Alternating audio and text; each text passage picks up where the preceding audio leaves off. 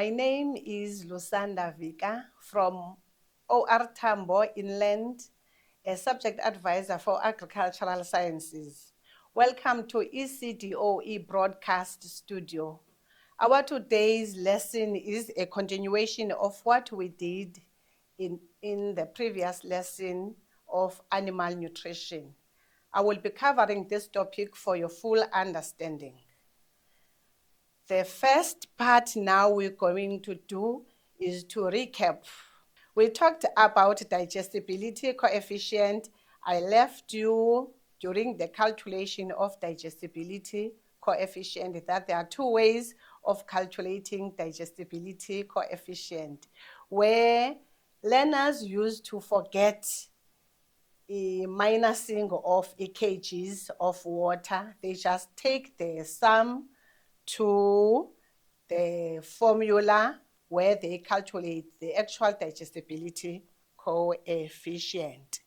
Now, let us look now at what determines the digestibility of a feed.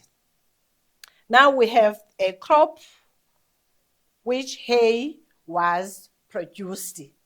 If the feed for an animal that is a hay was produced from a legume plant, it has got a tendency of having high digestibility compared to any other crops. A stage at which plant was cut.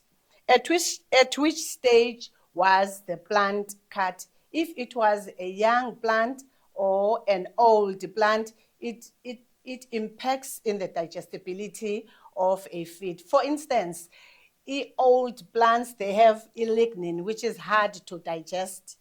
Digestibility is low, whereas young plants, they are easily digestible. Then thirdly, the method used. If the hay or the feed was produced under rainy conditions, nutrients have got a tendency to leach out of the feed. So the feed will be less digestible because it will be a little bit drier. Whereas if a feed was produced or prepared under sunny conditions, where there is sun, it has got a tendency of being dry, and thereby vitamin A is lost. Then the preparation of a hay. If a hay was prepared with a caustic soda or ammonia, it will have improved nutritive ratio and thereby increasing the digestibility of a feed.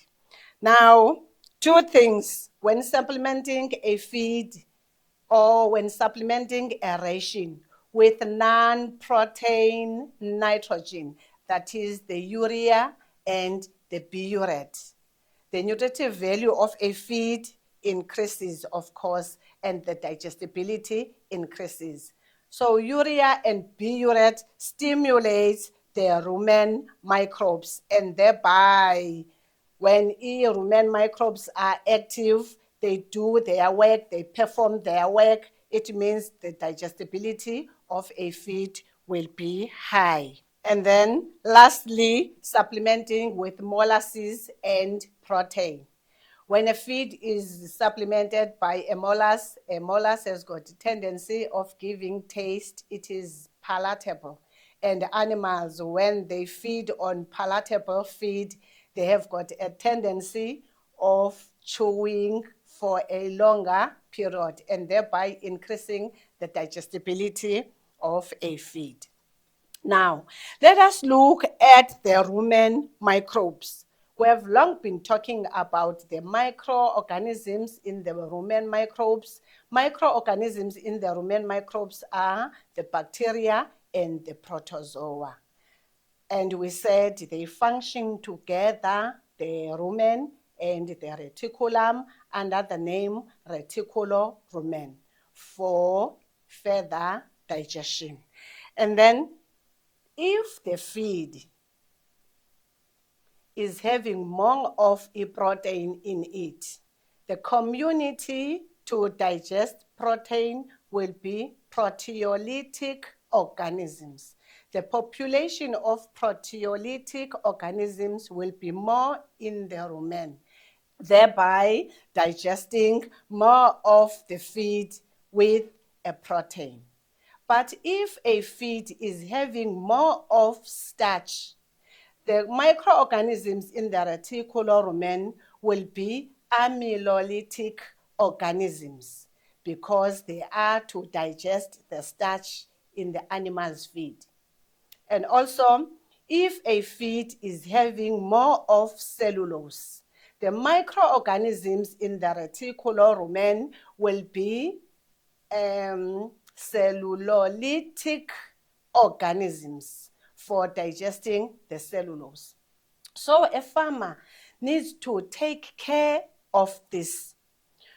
When feeding the animals, don't jump from a feed full of starch to the next day a feed full of cellulose, the other day or the third day a feed full of a protein, because there is still a process for these microorganisms to grow in numbers.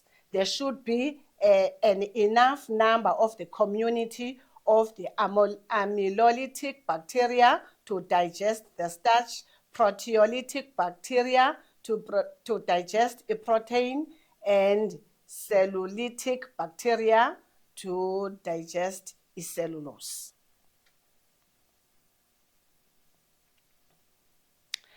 Then, looking at the ways to improve digestibility of a feed.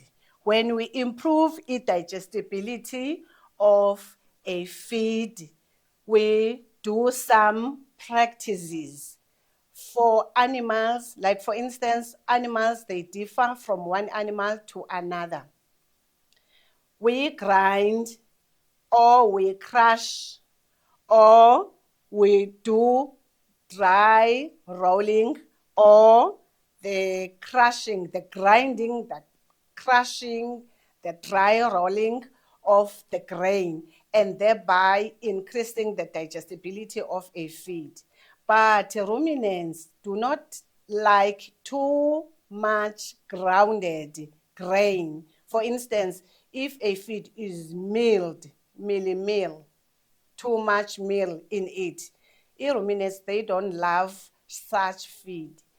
Too much milled feed can be prepared for non-ruminants, that is the fowl and the pig.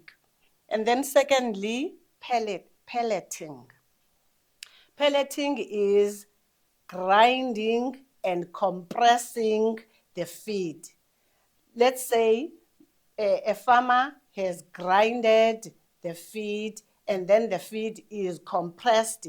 The sizes differ according to the needs of an animal. I used to make an example of this pelleting, like talking of the knickknacks, these popcorns that, these corn pops that you use to eat during the break time. So that is pellets. It is easy to digest. You just put it inside the mouth, and when it comes into contact with your saliva, it dissolves. So that is what is done to these farm animals when we talk of pelleting. It is easy to digest because we are improving the digestibility of a feed. And then roasting. It is when we prepare feed as if farmers over fire, okanye through fire, where you'll find that a fire is put and then the grain will be somewhere somehow baked, and that increases the taste, also the palatability of a feed. And then soaking. When soaking a feed, it swells, of course, and thereby becoming softer than before.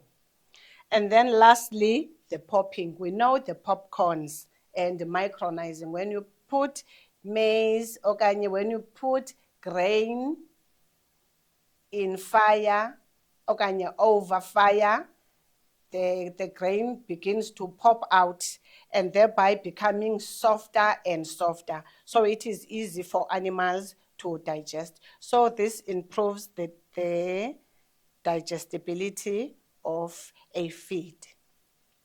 And then the feed now has been digested, and we have mentioned the end products of all these feeds that we talked about. We said the carbohydrate is absorbed as a glucose, as the end product. The proteins are absorbed. In fact, the proteins are digested. Proteins are digested until amino acids. Carbohydrates are digested until glucose. Fats are digested until fatty acids and glycerol. So now the absorption of all these digested feeds, these are their end products. The digestion firstly in the rumen. We said there's a digestion that is taking place in the rumen during the microorganisms action in the reticulorumen. So the end products of of digestion in the reticulorumen, we said it is volatile fatty acids. Volatile fatty acid, acetic acid, the butyric acid, the propionic acid. They are absorbed directly by the walls of the rumen. Then, secondly, the digestion in the small intestine. Digestion in the small intestine occurs in the full parts of the small intestine, the duodenum, the jejunum, and the ileum. And these parts are filled with the villi structure. This is a villi structure. This is a villus. When there are many, they are called the villi.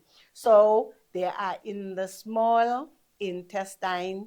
Their function or their importance is to increase its surface area for absorption, because in the duodenum there is a digestion and also absorption. So absorption takes place in the small intestine, the duodenum, the jejunum, and the ileum. But also in the duodenum, there is also digestion that is taking place. You remember when we were talking about those enzymes from succus entericus, from the pancreatic juice, the enzymes that digest these products until their simplest form for absorption. So this is the structure of a villi. Of a villus, the singular. So a plural is villi. So this is a structure of a villus. These are the blood capillaries. This one is a lacteal. A lacteal is where actually fats, fatty acids, and glycerol are absorbed. They are absorbed in the villus, in this part, which is a lacteal.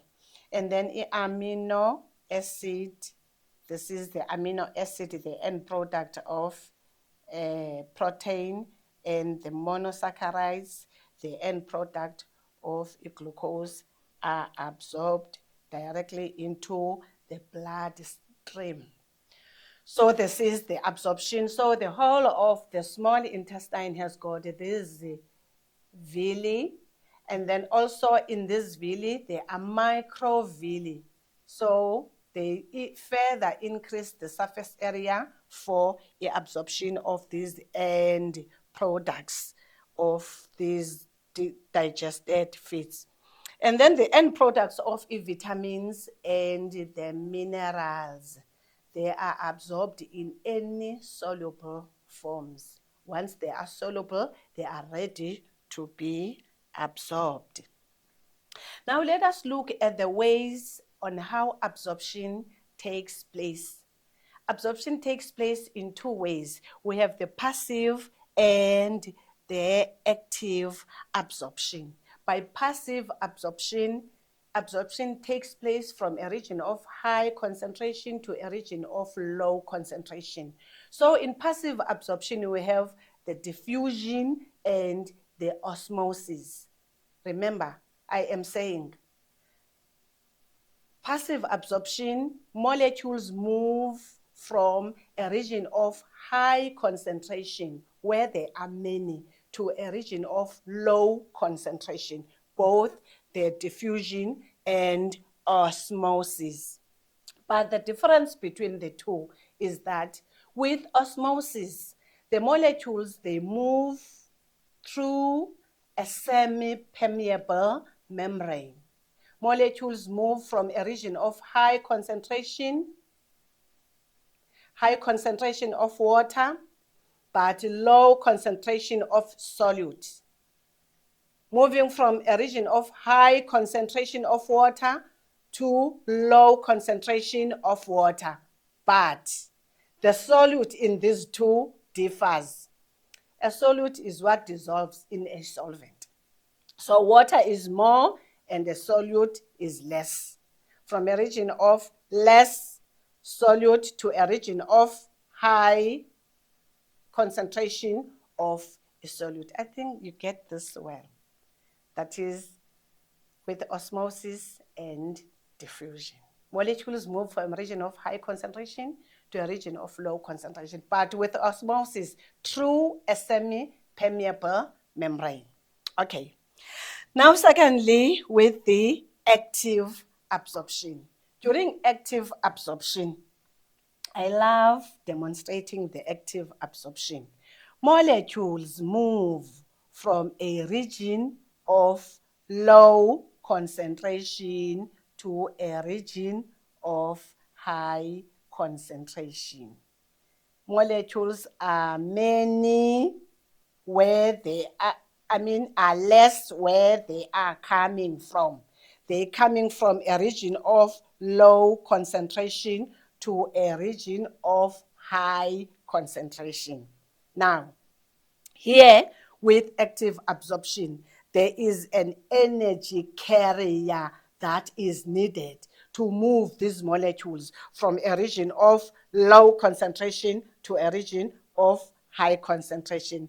There's a need of an energy carrier. So this energy carrier is ATP. It doesn't matter, Mfundi, even if you don't know what is the meaning of ATP, is adenine triphosphate, but it doesn't matter. So what you must know is that they need an energy carrier, these molecules, to move from a region of low concentration to a region of high concentration. And then we have this activity.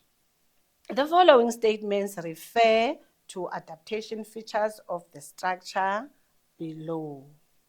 The following statement refer to the adaptation features of the structure below.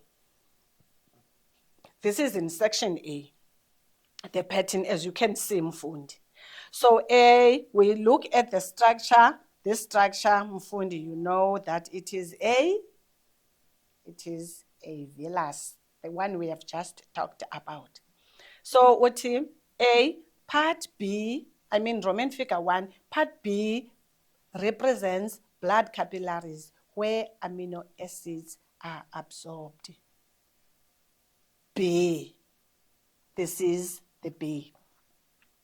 Roman figure 2, digested fat is absorbed in part C. You remember, Mfundi Mos, when I said the certain part absorbs fat, that amino acids and glucose, that is the monosaccharides, are absorbed directly here. So remember the part when I said fatty acids and glycerol, that is the fats, they are end products, they are absorbed there in the lacteal. So as you see, that is the part. Then Roman figure 3, part A decreases the surface area for absorption. And then Roman figure 4, absorption of glucose occurs in part B. So when answering this question, I love Elena, who has got a lead pencil, to highlight the correct one and the incorrect one. Could I choose the correct combination? So we have seen that part B represents blood vessels where amino acids are absorbed, correct? Digested fat is absorbed in part C, correct? Because that is a lacteal. Roman figure 3, part A decreases the surface area for absorption. We don't talk of it decrease in the absorption of, in the surface area for absorption, so obviously that one is wrong. Then Roman figure 4, absorption of glucose occurs in part B, correct. So when we go to the combination, the one that doesn't fit there is Roman figure 3. So whichever that has got Roman figure 3 is incorrect. So A is incorrect because it has Roman figure 3, B, C. The correct one, the correct answer there is D. And then the nutritive ratio. When we talk of nutritive ratio, it indicates the protein content in a feed. Protein content in a feed. We know the importance of protein in a feed. So as a farmer, you need to be curious and you need to take care of a protein content in a feed. So when we talk of nutritive ratio, we are going to look at the ratio in which these parts of a feed, that is the protein content of a feed, feature. So when we talk of nutritive ratio, we say it is that portion of digestible protein to digestible non-nitrogenous nutrients in a ration. So we are comparing here the amount of a protein in a feed against the amount of the carbohydrates and fats in a feed, because all these components of feed plays a very important role in animals, in animal production. So when we talk of a ration, it is that amount of a feed that an animal consumes in a 24 period, in a 24-hour period, that portion. That is, I have a portion of a meal to eat. So the amount of a meal to eat a day. So we talk of a ration. So the amount of a protein, as I have mentioned, to the amount of carbohydrates in a feed. So this needs to be balanced in a way.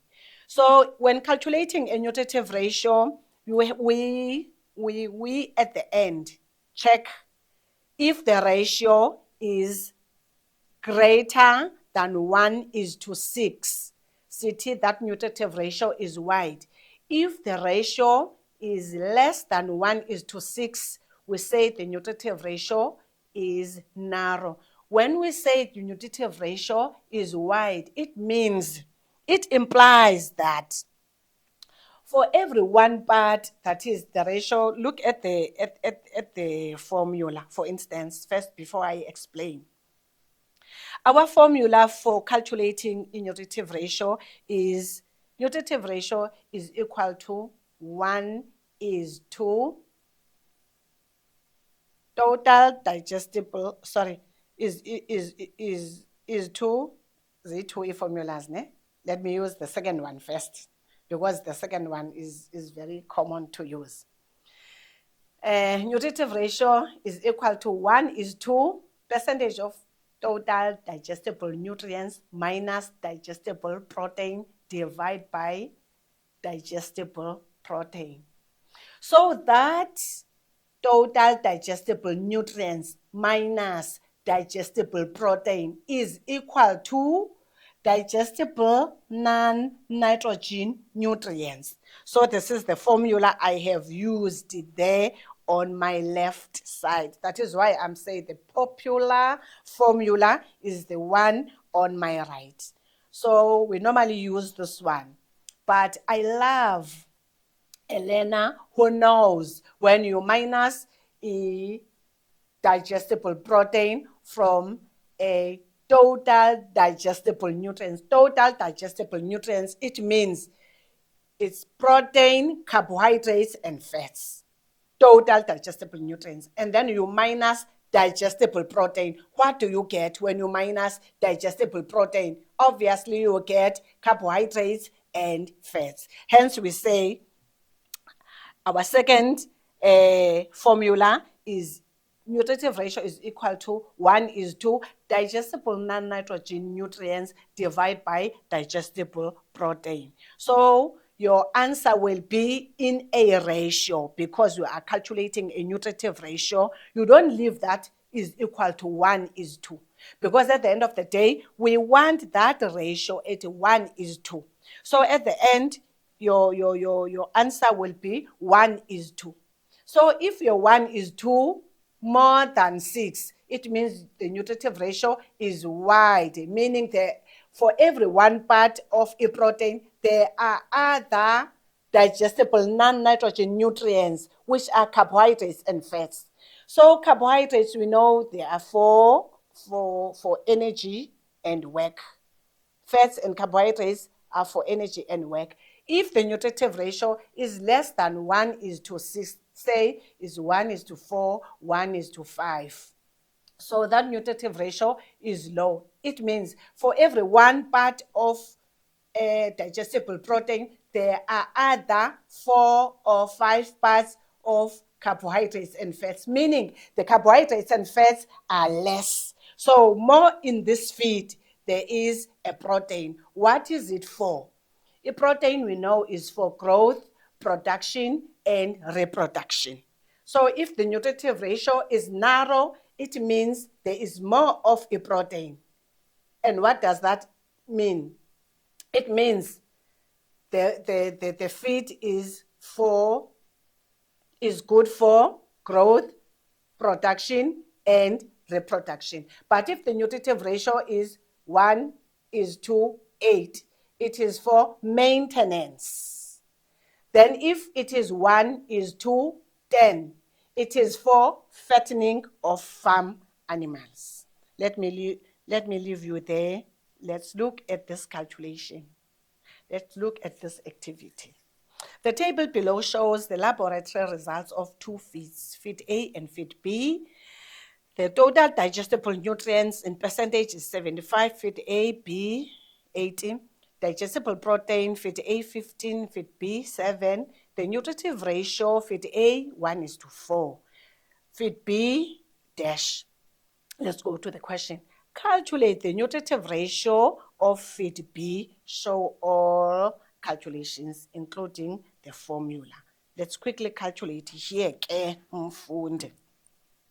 Our calculation goes like this. It's NR is equal to 1:2 TDN in percentage minus DP divided by DP, which is equal to NR. So it is 80% minus 7% divided by 7%, which is equal to, I said, don't forget to put 1:2, because at the end of the day, we want that ratio. So we have calculated this one. So there is a mark for the formula, a mark for substitution, and a mark for the answer. That is your 3 marks.